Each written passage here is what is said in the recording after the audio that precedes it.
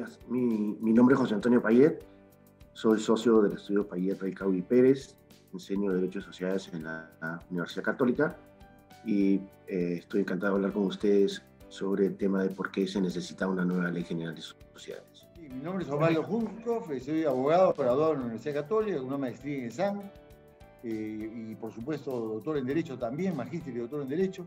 Lo que sí quiero decirles es que he tenido la oportunidad, la suerte, creo yo, de iniciar mi docencia académica de muy joven, a los 24 años de edad, y lo he hecho de manera ininterrumpida durante muchos años, y simultáneamente he enseñado en la Universidad de Lima y en la Universidad Nacional Mayor de San Marcos. Al jubilarme en la Universidad de Lima, voy a seguir enseñando, sigo enseñando en la San Marcos y en la Universidad San Martín de Porres.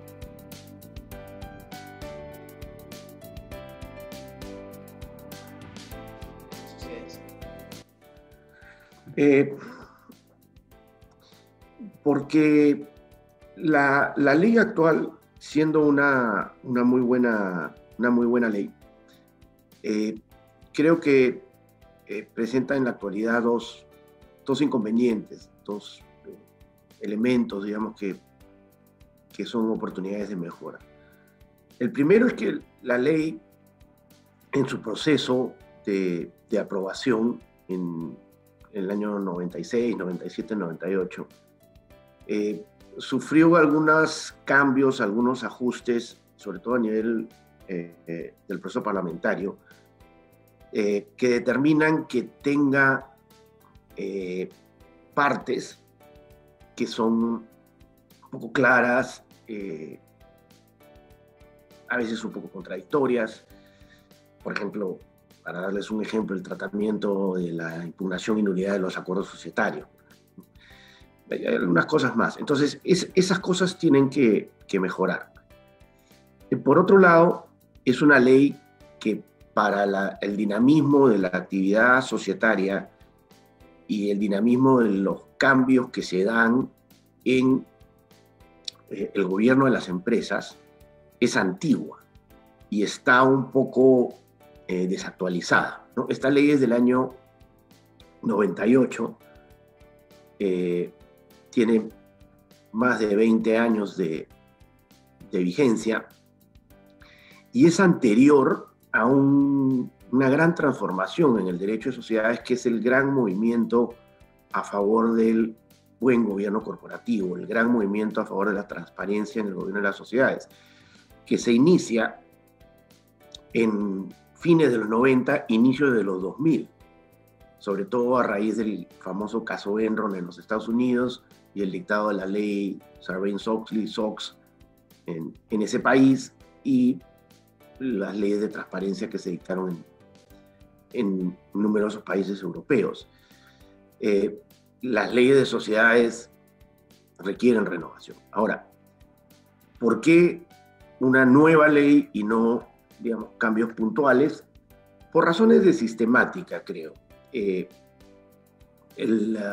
Digamos, parchar una ley va generando que la ley pierda unidad, pierda sistemática, y en ese sentido creo que es mejor elaborar un cuerpo normativo de nuevo, sabiendo que el anteproyecto que se ha trabajado, por ejemplo, es un anteproyecto que está basado muchísimo en la ley actual, no es un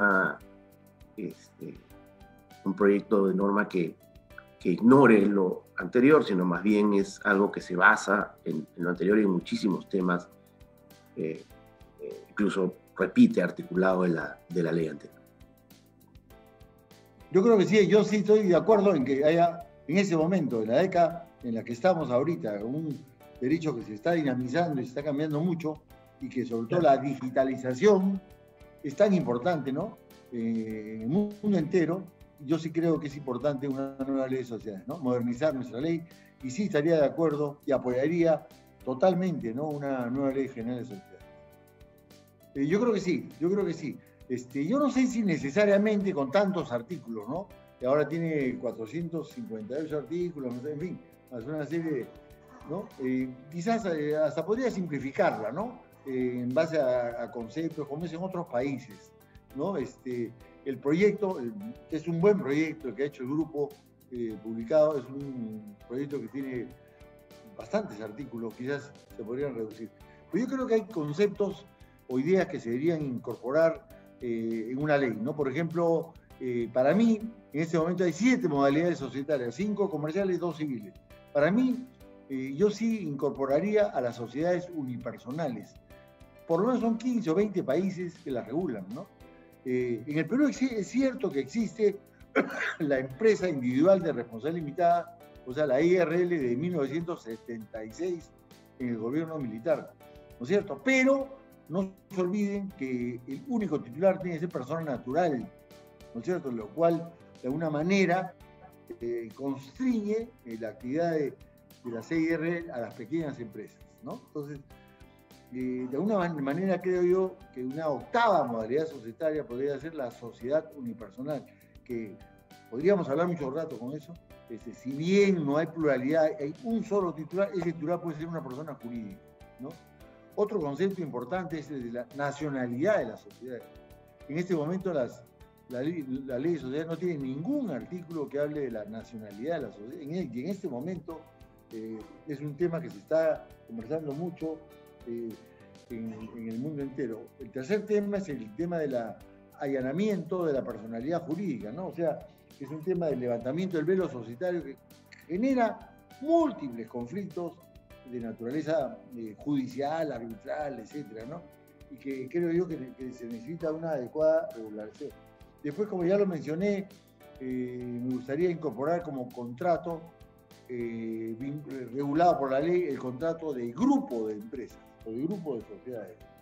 Después, me gustaría, como lo ha mencionado el doctor Payet, hacer una referencia expresa a las prácticas de buen gobierno corporativo, que si bien se reconocen, se asimilan, se respetan y se cumplen, no están reguladas en nuestro país, ¿no? Después, otra cosa que podría verse también es la responsabilidad de la sociedad frente a su entorno, que es lo que se llama la responsabilidad social de las empresas, ¿no?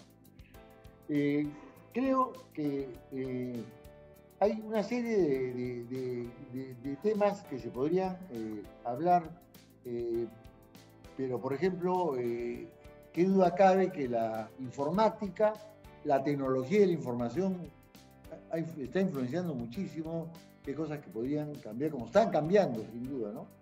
Después, los tratados internacionales de cooperación, las transacciones comerciales, las funciones en el ámbito global, los marcos legales abiertos a la inversión extranjera, regulaciones especializadas para la solución de controversias a través de arbitrajes nacionales e internacionales, la presencia de la OCDE, ¿no? Y de las prácticas de un gobierno corporativo, y la armonización del derecho societario moderno, con el derecho anglosajón, con el derecho norteamericano en general, para internacionalizar nuestro derecho societario.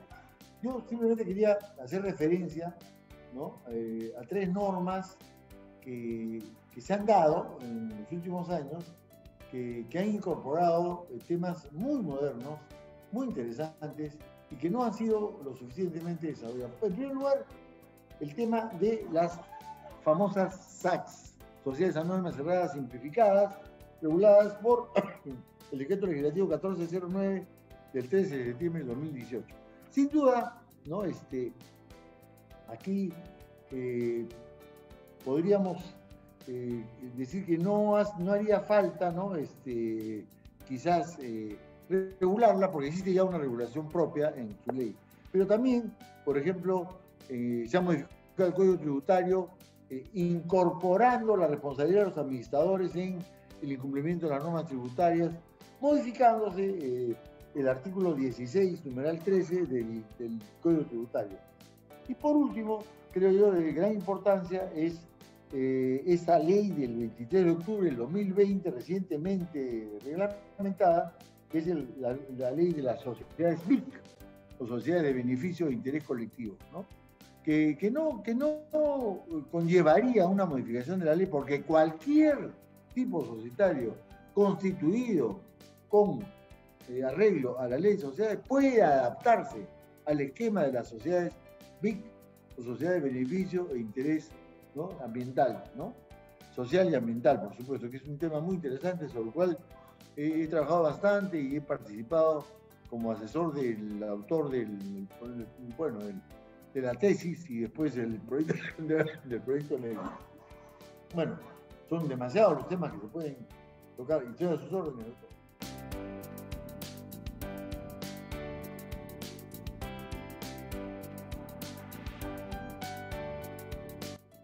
Varias cosas. Uno es un tema de sistemática de la ley. Creo que la ley podría mejorar en cuanto a la sistemática entre lo que es parte general y el tratamiento específico de los tipos societarios. Hay temas que actualmente están en la parte de sociedad anónima, en una parte, y en otra parte están en la parte general, y entonces, por ejemplo, aportes, ¿no? Entonces, no están totalmente armonizados. Entonces, un tema que yo creo que es importante es que la parte general realmente tenga todos los temas que inciden en los distintos tipos de sociedades, los tenga regulados orgánicamente de una manera sistemática. Ese es un tema importante. Otro tema que yo creo que es importante es todo el tratamiento de la nulidad y de la impugnación de los actos societarios, tanto del pacto social como ya propiamente de nulidad e impugnación de los acuerdos societarios. Creo que ahí probablemente el tratamiento de la ley vigente es un tratamiento que es muy poco claro y hay contradicciones y traslapes. Ahí es mejor, digamos, traer los avances que han existido en otras jurisdicciones y tener quizá un poco más de precisión en cuanto a las figuras y cómo armonizan, digamos, con las figuras civiles o cómo se distinguen de las figuras civiles. Creo que es importante a nivel de sociedad anónima perfeccionar y completar el tratamiento del directorio. La forma como está regulado el directorio en la ley actual no es mala, pero es, yo diría, insuficiente con relación a cómo hoy día funcionan y deben funcionar los directorios y cómo están regulados en las leyes de sociedades a nivel internacional, en el derecho comparado. Por ejemplo, la ley no tiene una enumeración de los deberes y responsabilidades del directorio como órgano, de sus funciones, mejor dicho. Cosa que es fundamental, ¿no? Fijar la estrategia, monitorear, supervisar los riesgos, elegir, supervisar, aprobar la retribución de los principales ejecutivos, garantizar un buen sistema de cumplimiento, salvaguardar la integridad de los estados financieros, cosas que son elementales, no están en nuestra ley. El concepto, ¿no? Hay que refinar el tratamiento de los deberes fiduciarios. Por ejemplo, nuestra ley no tiene el tratamiento de la regla de protección de la discrecionalidad empresarial, que es algo originado del derecho de los Estados Unidos, que hoy día ya es un lugar común a nivel del derecho comparado y es importante desde el punto de vista de garantizar permitir un eficiente funcionamiento de las empresas. A nivel de reorganizaciones, es importante, o transacciones empresariales, es importante mejorar el tratamiento de la regulación de la asistencia financiera. Hoy en día tenemos una prohibición en la ley que además está redactada de una manera muy amplia, muy lata, y que genera muchísimos problemas de interpretación, crea riesgos legales en operaciones. Eso es algo que se puede mejorar. La conceptualización de qué cosa es una reorganización simple, es un mero aporte, es propiamente una reorganización, concepto de bloque patrimonial. Hay una serie de cosas que se dan ahí. Por otro lado, a nivel de reorganizaciones internacionales, nuestra ley permite, por ejemplo, la redomiciliación hacia el Perú, pero no permite que las sociedades peruanas se redomicilen hacia el exterior. Hay ahí una asimetría, ¿no? Ese es otro tema que también se debe revisar. A nivel de tipos especiales, el tema de la sociedad anónima abierta, siendo que fue un gran avance de la ley General de Sociedades del 98 incorporar, digamos, un tratamiento orgánico de la sociedad anónima abierta. Igual quedaron algunos problemas, ¿no? Por un lado, se ha mantenido una especie de superposición entre normas societarias, normas de gobierno corporativo o societarias que están en la ley de mercado de valores y que no se aplican necesariamente a las abiertas, sino se aplican a las sociedades que a veces las que tienen valores inscritos, a veces las que tienen acciones escritas, a veces las que tienen en bolsa, a veces el público de mercado de valores. Entonces hay una cosa bien asistemática ahí que hay que ordenar. Y luego se debe mejorar el tratamiento de la regulación de la sociedad anónima abierta o la sociedad bursátil desde el punto de vista de dos cosas yo creo que son fundamentales. Una es de la transparencia del gobierno corporativo, ¿no? Un poco lo que me refería al comienzo. Hay una gran revolución en eso y eso está ausente. Por ejemplo, el concepto de director independiente, la necesidad de que en una sociedad bursátil exista por lo menos un determinado porcentaje de directores que tienen carácter de directores independientes, son cosas fundamentales. Otro tema muy importante que en la ley actual genera problemas es cómo una sociedad deja de ser abierta, ¿no? La ley, por ejemplo, dice que una sociedad es abierta cuando hace oferta pública primaria de acciones. ¿Eso qué quiere decir? ¿Que va a ser abierta perpetuamente o en algún momento es atada por, ¿no? forever a una operación que hizo en un determinado momento, o tiene que poder salir? Y la lógica es que así como uno tiene que poder entrar al mercado público de valores, también tiene que poder salir, porque si no puede salir, entonces no va a entrar, y eso no genera desarrollo en el mercado de valores, desincentiva el acceso al mercado accionario, ¿no? Entonces hay varios temas que es importante ajustar.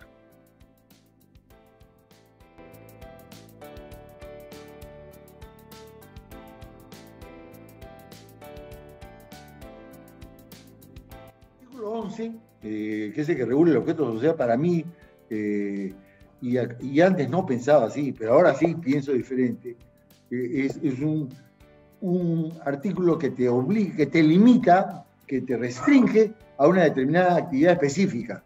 Yo creo que debería ampliarse, modificarse el objeto social para que los accionistas, los titulares, dependiendo de la modalidad societaria, tengan una opción en la medida que no sean actos o acciones contrarias a la ley o delictuosas, ¿no? Pero que tengan la amplitud para variar de sectores, de actividades, sin estar restringidos a un objeto social que esté claramente definido y explicado en un artículo del estatuto. Yo creo que eso debería cambiar de todas maneras. O sea, y en ese sentido estoy de acuerdo con la propuesta de la comisión, del grupo de trabajo en ese sentido, de todas maneras. Por ejemplo, ese tema, he tenido la oportunidad de ser jurado en 3 concursos para notarios y tengo bastantes amigos notarios, incluso compañeros de promoción, de universidad, y a ellos les da pena cómo se va reduciendo, limitando progresivamente la actuación de los notarios, ¿no? Porque esto significa que ya la escritura pública no pasaría por una notaría. O sea, sería un documento con formatos estandarizados, como es en la SACS. En la SACS ya no haces una escritura pública de constitución. Hay un formato estandarizado, hay toda una reglamentación y un sistema en registro público que te permite constituir una SACS sin necesidad de escritura pública. Es una figura más. Quizás la tendencia en el mundo es esa, ¿no? Habría que reducir la función o el trabajo del notario, ¿no?